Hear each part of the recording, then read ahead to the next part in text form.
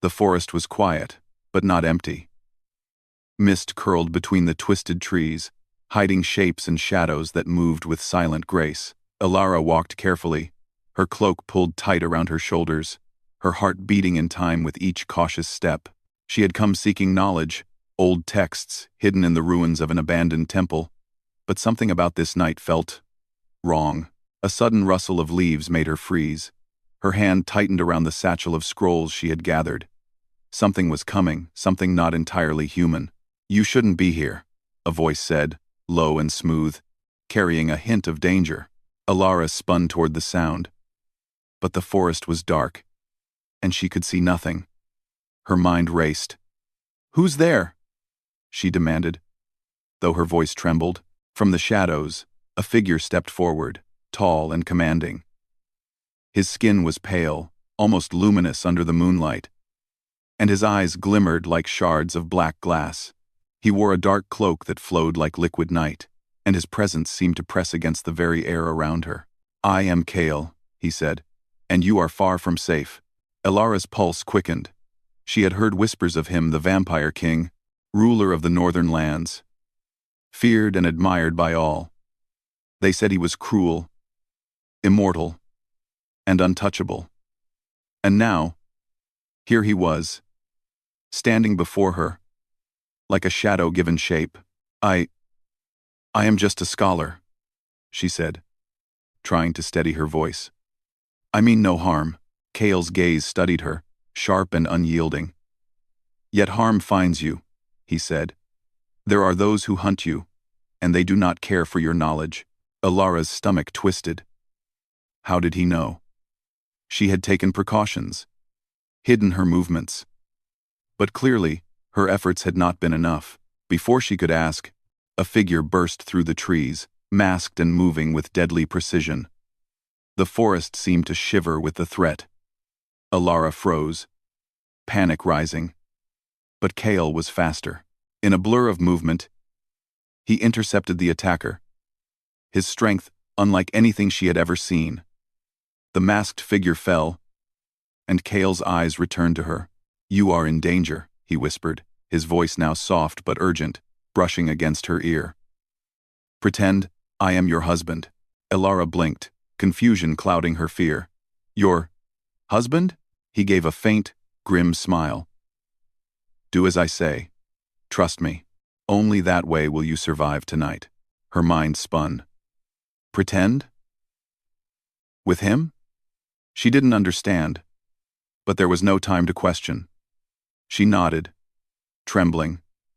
I'll do it." Kale's hand was suddenly at her back, guiding her through the misty forest with a strength that was both terrifying and protective. He moved silently, as if the night itself obeyed him. And Alara followed, her heart caught between fear and a strange, inexplicable pull toward him. They reached the edge of a cliff overlooking a silver river. The mist rolled off the water, wrapping the world in a ghostly glow.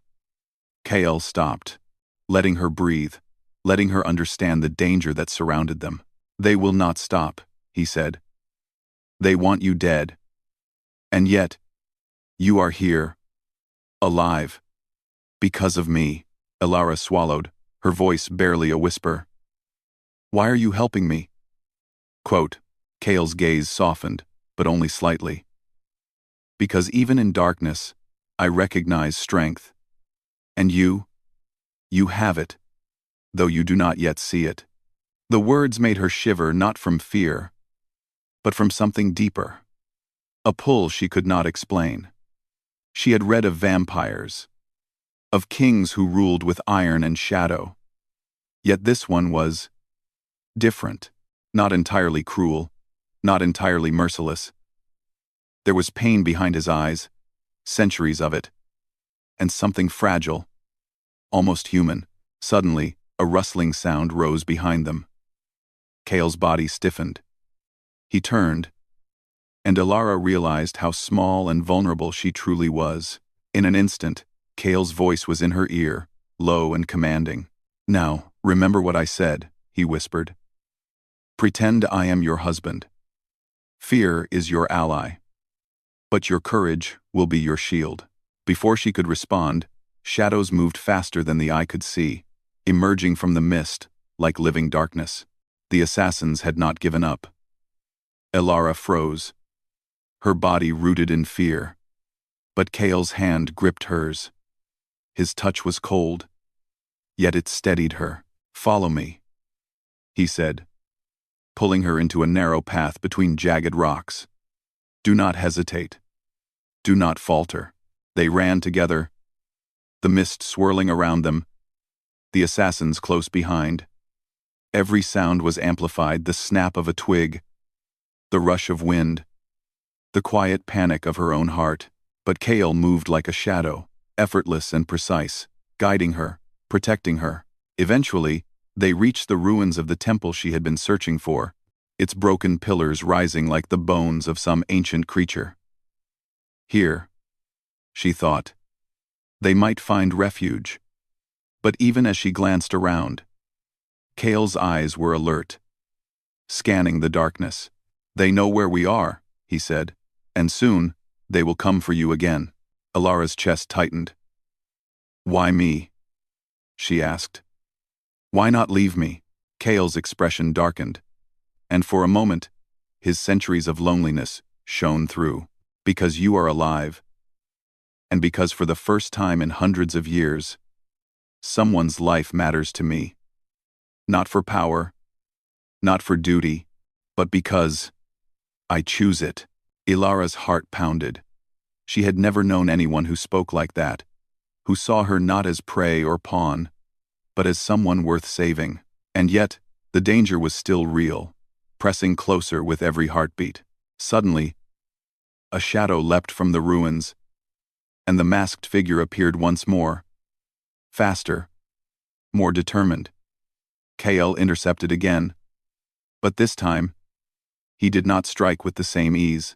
There was struggle, a momentary falter, and Elara's stomach lurched. "You must go," Kale shouted, his voice sharp with urgency. "Run and do not look back until I command it." Elara hesitated, torn between fear and the strange, fierce trust growing inside her. Finally, she nodded, pulling her cloak tighter and sprinting through the misty forest as Kale engaged the enemy. Her breath came in ragged gasps, each step carrying the weight of the unknown. The words he had whispered echoed in her mind. "Pretend I am your husband." The thought should have been absurd, terrifying even, but somehow, it grounded her. Somehow, it gave her courage she didn't know she had. She glanced back, and through the mist, she could just make out the outline of Kale, tall and unyielding, standing like a dark sentinel. His eyes met hers for a brief moment, and she saw something there she did not expect: trust, pain, and a hint of longing. Then he disappeared into the darkness, leaving her alone in the forest, but not truly alone. Somehow, she knew he was still with her, in the unspoken bond that had formed between them in these few terrifying moments. The forest seemed to close around her, yet she pressed on, the scrolls she carried feeling heavier than ever. She did not know what lay ahead: more danger, more darkness. But one thing was clear: she could not turn back, and neither could Kale. In the distance, a whisper drifted through the mist, soft but urgent, carrying a warning she could not ignore. "Even as your husband, I cannot save you from what comes next." Elara's heart skipped a beat. What did that mean? What awaited her in the shadows of the Vampire King's world? She had no answers, only a promise of peril, and the strange, thrilling certainty that Kale's presence, dangerous and powerful, would define the path ahead. And so, under the ghostly glow of the moon, she ran not just from danger, but toward a destiny she could neither comprehend nor escape. Elara had never imagined a place like Kale's castle existed. Rising from jagged cliffs, black stone towers pierced the night sky, their tips lost in swirling fog.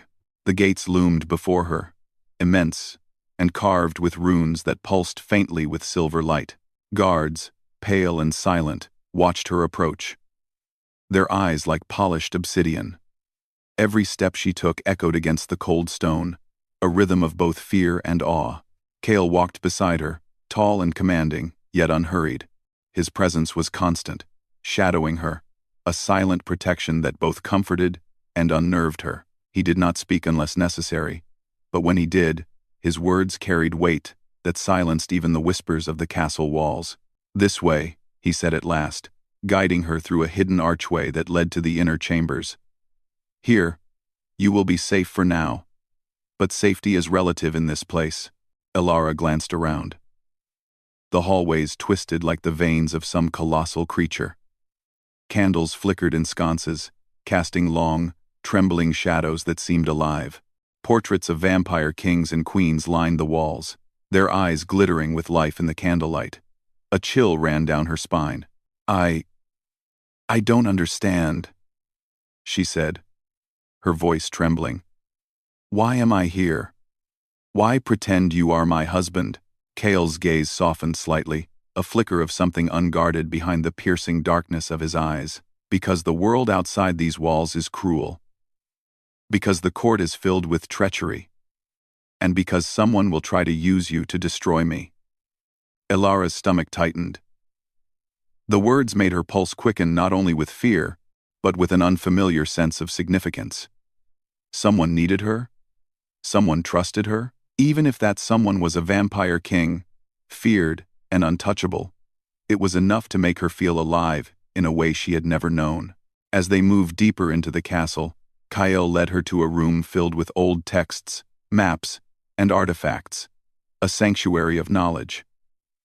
Here, she could breathe, even if just a little. "You will stay here," Kale said, his tone softening. "No one may enter without my permission. But you must understand something. Being safe does not mean being free. The world inside these walls is just as dangerous as the one outside." Elara nodded. She wanted to protest, to claim independence, but the fear in her chest reminded her why she had to obey. "I understand," she said, her voice steadier than she felt. Kale studied her for a long moment, as if weighing her courage against the centuries of his own experience. Finally, he gave a small nod and turned away. "Eat something. You will need your strength. And remember, pretend I am your husband. Not for appearances alone, but for your survival." Alone in the room, Elara unpacked her meager belongings. The weight of Kale's words pressed against her chest. Pretend he was her husband? How could she play that role? And yet, she could not deny the strange comfort it brought. In the midst of danger, his presence was a shield, his command a lifeline. The first days in the castle were a strange mixture of awe and tension. Elara was introduced to the vampire court, a society filled with pale nobles whose elegance hid a cold ambition. Each of them watched her with curiosity, suspicion, and thinly veiled contempt. Kale's protection was both a blessing and a challenge. She had to maintain the illusion of their bond while navigating a world she barely understood. Kale himself remained an enigma. At times, he was distant, a king of shadows and silence. At other times, he allowed her glimpses of something deeper: pain, regret, and an unspoken longing. One evening, as the moonlight poured through the tall windows, Kale approached her in the library. "You have courage," he said quietly, almost to himself. "I have not seen it in centuries. Most would have fled. Yet you remain." Elara looked up, meeting his eyes. "I am not afraid," she said, though her voice held a tremor. "Not entirely. Not when you are here." Kale's expression shifted, a flash of vulnerability she had not seen before. "Be careful what you wish for," he murmured. "My presence can protect you. Yes, but it can also consume you, if you allow it." The tension between them was palpable. Fear, attraction, and unspoken trust wrapped around them like the thick night air. Elara felt her heartbeat in her throat. Torn between instinct and curiosity, she had always relied on reason and knowledge, yet with Kyle, logic seemed to slip through her fingers. One night, a whisper of danger arrived in the form of a message, delivered by a masked courtier who vanished before she could question him. The parchment was brief but chilling. The traitor watches. He desires what is yours. Do not trust even those who smile. Alara felt a chill. The castle, though magnificent, was a labyrinth of secrets and treachery. Every corridor could hide danger. Every friendly gesture could conceal a dagger, and Kale, for all his power, had enemies that even he might not fully control. Days later, as she explored one of the high towers, she overheard whispers between two vampire nobles. "The king's chosen is weak," one said. "She cannot survive the trials of the court. She will be the end of him if he does not act." Ilara's heart raced. She realized she was more than just a pawn. She was a threat, a test, a key in a game she did not understand. And yet, the thought of Kale, standing beside her, gave her strength she did not know she possessed. Kale noticed her tension. That night, he came to her chambers, silent as a shadow, and spoke softly. "You are stronger than you think," he said. "But strength alone will not save you. You must learn the ways of this world. Trust only those who earn it, and always, always trust yourself first." Ilara listened, absorbing his words. She realized that their bond was no longer simply about survival. It was a connection forged in shared danger, mutual respect, and the strange, magnetic pull of two souls drawn together, despite fear and centuries of mistrust. The following days were filled with lessons of subtlety and cunning. Kale taught her to read the expressions of the court, to understand the unspoken language of power, and to recognize the signs of impending danger. In return, Ilara shared her knowledge of herbs, healing, and human magic skills that intrigued Kale, who had seen centuries pass and yet recognized talent when he found it. One evening, Kale led her to the castle's balcony, overlooking the misted valley below. The moon hung low, a silver guardian over the dark lands. "Do you understand now?" Kale asked, his voice low, carrying both command and curiosity. "The world is not as simple as you once believed. And neither am I." Ilara looked into his eyes, sensing the centuries of loneliness and pain hidden behind the mask of the vampire king. "I think I am beginning to understand," she said. "And yet, I still feel as if danger is waiting for us around every corner." Kale's hand brushed hers, a fleeting touch that spoke more than words ever could. "It is," he said, "but that danger is not only outside these walls, some of it is inside. The court is filled with those who would see me fall, and you with me. And soon, their plans will move into action." Her pulse quickened. She had expected peril, yes, but the realization that she was now deeply entangled in the shadows of this vampire world sent a shiver down her spine. And beneath that fear, a spark of excitement flickered, a dangerous, exhilarating connection to a man who was both her protector and the source of a storm she could not yet comprehend.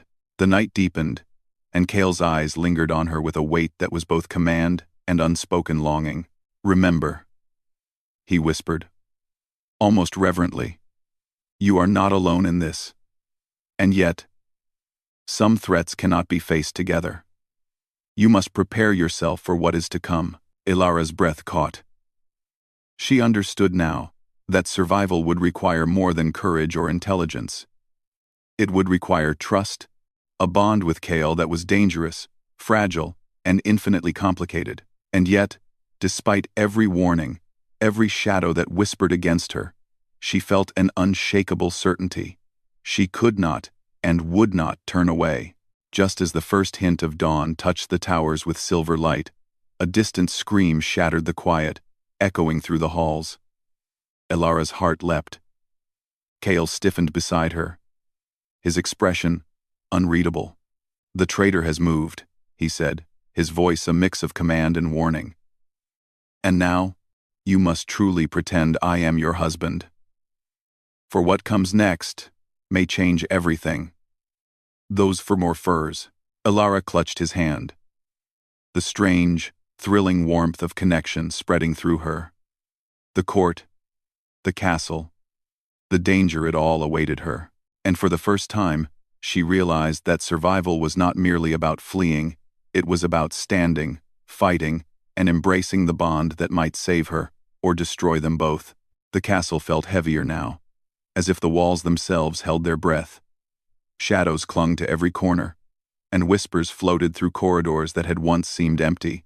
Ilara moved quietly beside Kael, her heart pounding, aware that danger was no longer distant, it had entered their world.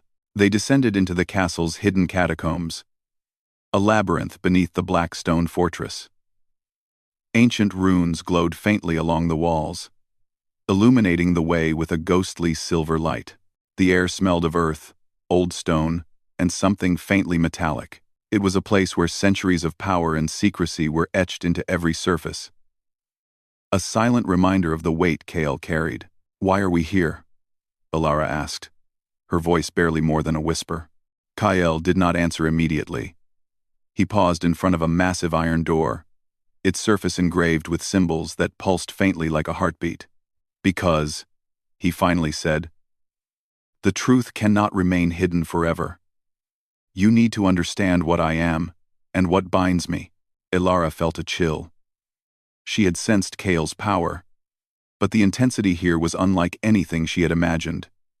It pressed against her chest, heavy and magnetic. She followed him into the chamber beyond, where the walls were lined with books, scrolls, and ancient artifacts. At the center, a circle of glowing runes shimmered on the floor, pulsing with an otherworldly light. Kael stepped into the circle, his figure almost ethereal in the silver glow. "I am bound by a curse," he began, his voice low, carrying the weight of centuries. "A curse that has controlled my life for generations. A curse that forces me to feed on the life force of those I love to survive. I have tried to resist it, but the world is cruel, and those who seek my downfall are crueler." Ilara's breath caught. You feed on people you love?" she asked, fear and disbelief mingling. Kael's eyes darkened, not with anger, but with sorrow. "Not in the way you think. It is not pleasure, but necessity. And it is the reason I have lived in solitude, feared, and untrusted. I have lost more than I can name, and yet, some part of me hopes that one day, someone will choose to stay, not because they fear me, but because they understand me." Ilara's chest tightened.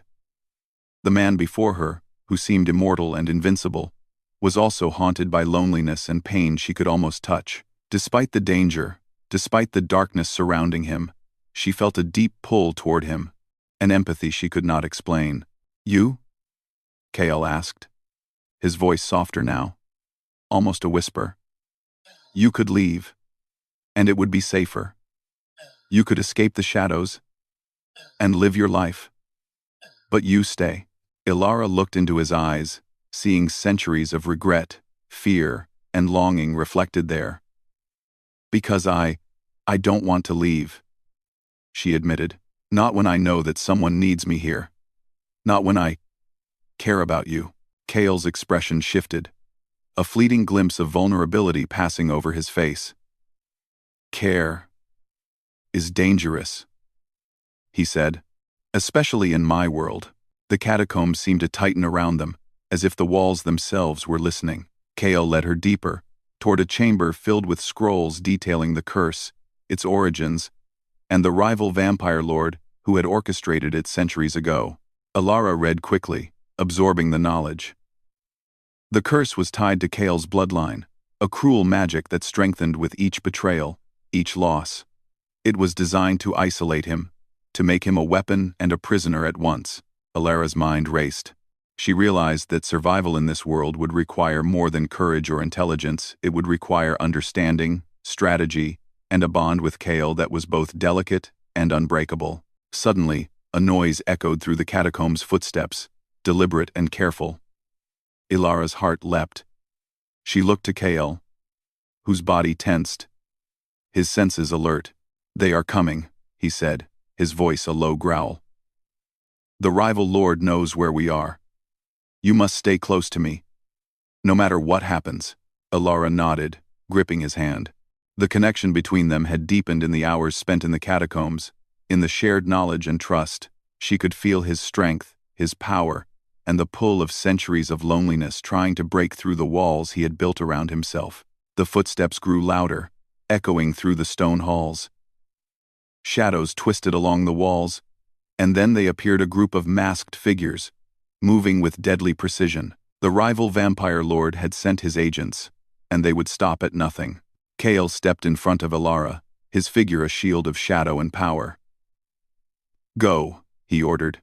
"Use the knowledge you have. You are not helpless. I will hold them off." Elara's mind raced. She had studied herbs, human magic, and the ancient texts Kale had shown her. Now it was time to act. She began chanting softly, words that vibrated with power, weaving her magic into the runes etched into the catacomb floor. Light flared, a barrier forming between her and the approaching assassins.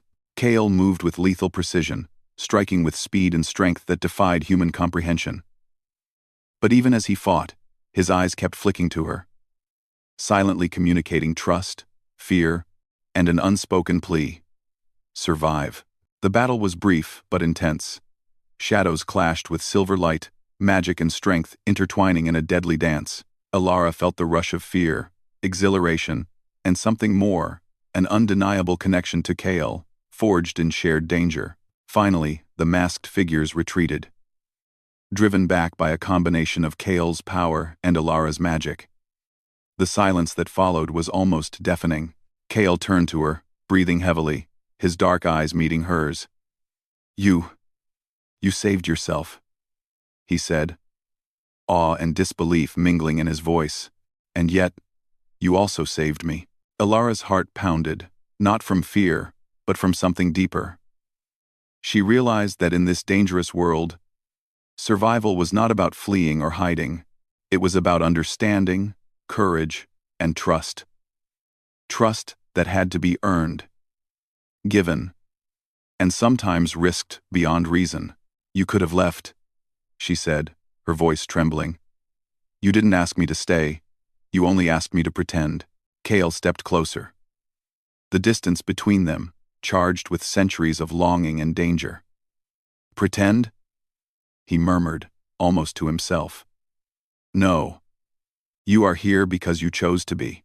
And that choice changes everything." Elara felt a warmth spread through her chest, a mix of fear, trust, and something she could not name. She realized that the bond between them was no longer simply about survival. It was about connection, understanding, and the dangerous, thrilling pull of two souls entwined by fate. But even as she felt that connection, she knew the danger was far from over. The rival lord would not give up so easily. The curse that bound Kale was still a shadow over them, waiting for the right moment to strike. And the vampire court itself, with its whispers, ambition, and secrets, was a maze filled with unseen threats. Kale looked at her, his eyes dark, almost unreadable. "We are not done," he said quietly. "The curse, the rival lord, they will come again. And next time, it may not be so easy to survive." Elara nodded, a mixture of fear and determination in her expression. "Then, we face it," she said. "Together." Kale's lips curved into a faint, rare smile. "Together," he echoed. The words seemed to carry the weight of centuries, a promise and a challenge wrapped into one. As they stood there in the dim glow of the catacombs, the world above them seemed distant, almost unreal. They were bound now not only by the danger that surrounded them but by a deeper connection, fragile yet unbreakable. A bond forged in fear, trust, and the unspoken understanding that survival would demand more than strength. Suddenly, a cold wind swept through the chamber, extinguishing the glow of the runes. The darkness pressed closer, more tangible than ever before, and from the shadows, a voice whispered, a voice that promised betrayal, peril, and revelation. "Elara," it hissed, low and menacing. "You think you understand, but the true danger has only begun." Her heart skipped a beat. She looked to Kale, who moved instinctively, placing himself between her and the darkness. His hand found hers, gripping tightly. "Stay close," he said, his voice a mix of command and reassurance. "What comes next? Will test us both." Elara nodded, her fear tempered by resolve. She had faced danger before. But now, with Kale, she understood that survival was more than escaping. It was about standing, fighting, and embracing a bond that could either save them or destroy them both. And as the shadows shifted, hiding secrets yet to be revealed, Elara realized that their journey was far from over. The curse, the rival lord, and the mysteries of Kale's world awaited, and she would face them, not alone, but as his companion, his ally, and perhaps his equal in a game that spanned centuries. The throne room of Kale's castle had never seemed so ominous. Moonlight poured through the shattered windows, painting the cold stone floor in silver and shadow. Candles flickered as though shivering from the tension in the air. Outside, the night whispered with the movement of hidden forces, waiting for the moment to strike. Elara stood at Kale's side, her hand brushing against his, feeling the strength and warmth of him despite the darkness pressing in around them. She had learned much in the catacombs, absorbed knowledge of herbs, magic, and strategy. And yet the final challenge was unlike anything she had faced. "They have come," Kale murmured, his dark eyes scanning the room. "The rival lord will not wait any longer. This is the moment we have feared." Elara nodded, though fear lingered in her chest. She could feel the danger in every shadow, every flicker of movement. But she also felt something new, confidence born from the trust and bond she shared with Kale. For the first time, she believed that together, they could face what seemed impossible. The doors to the throne room slammed open, and the rival vampire lord entered, flanked by a cadre of masked assassins. His presence was commanding, cruel, and intoxicatingly dangerous. He had the same hunger for power that Kale had seen countless times before. Yet he lacked the restraint that Kale possessed. "So," the rival lord said, his voice echoing through the high chamber, "the human dares to stand beside the vampire king. Brave or foolish?" Kale stepped forward, his cloak flowing like a shadow around him. "This human is no mere pawn," he said, his voice low and resonant. "She is my equal. And today, she proves it." Elara felt a surge of determination. She had studied Kale's teachings, practiced her chants, and prepared herself for the unknown. Now was the time to act. She raised her hands, whispering the words that activated the runes in the room. A barrier of shimmering light rose around them, protecting them from the first wave of attackers. The rival lord laughed, a cold, cruel sound. "You cannot hide behind magic, child. Your spells are weak. Your courage is nothing against centuries of power." Elara's heart raced. But she did not falter. "Strength is not only in power," she said, her voice steady despite the fear. "It is in courage, in trust, in the willingness to fight for what is right." Kale moved like shadow and storm, striking with precision, controlling his power with a restraint born of centuries of discipline. Elara followed, her magic weaving with his strikes, creating a rhythm of light and shadow that confused and repelled their enemies. The rival lord lunged, his movement swift, his fangs glinting in the moonlight. Kale intercepted, and their clash shook the chamber. Elara's magic flared, and the runes pulsed, sending waves of energy that pushed back the lord's forces. But then the rival lord's voice cut through the chaos, sharp and dangerous. "The curse! Kale, you cannot fight it forever." Kale's eyes darkened, a flash of fear and anger. The curse had always been a shadow over him, threatening to consume him if he lost control. He glanced at Elara, whose hands glowed with protective light. She was not just aiding him. She was anchoring him, grounding him in a bond that gave him strength he had not felt in centuries. Elara met his gaze. "I trust you," she whispered. "And you trust me. That is enough to face anything." Kale nodded, a rare softness in his expression. He let the bond they had formed guide him, letting go of centuries of fear. embracing the connection that had been growing since the night in the forest. Together, they turned to the rival lord, their combined power pushing back against the darkness. The battle was fierce.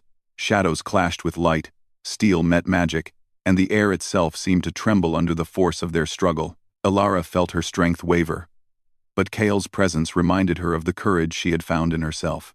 She would not fail, not now, not when so much was at stake. Finally, with a precise combination of Kale's strength and Alara's magic, the rival lord faltered. His guards scattered, their loyalty broken by the overwhelming force of trust and power combined. The lord himself fell to his knees, defeated yet defiant. Kale stepped forward, his eyes locked on the rival. "It ends here," he said, his voice calm but firm. "The curse, the danger, the betrayal, it ends tonight." Alara placed her hand on his arm. "Together," she reminded him. Kale nodded, closing the distance between them and channeling his full power through the runes Alara had activated. A wave of light surged through the chamber, breaking the chains of the ancient curse. Kale's body shivered, as centuries of burden lifted, and for the first time, he breathed freely, unbound. The rival lords screamed in frustration and fled into the shadows, leaving the chamber silent except for the gentle crackle of the fading light. Alara and Kale stood in the quiet. The danger passed, yet the weight of what had just occurred pressed upon them.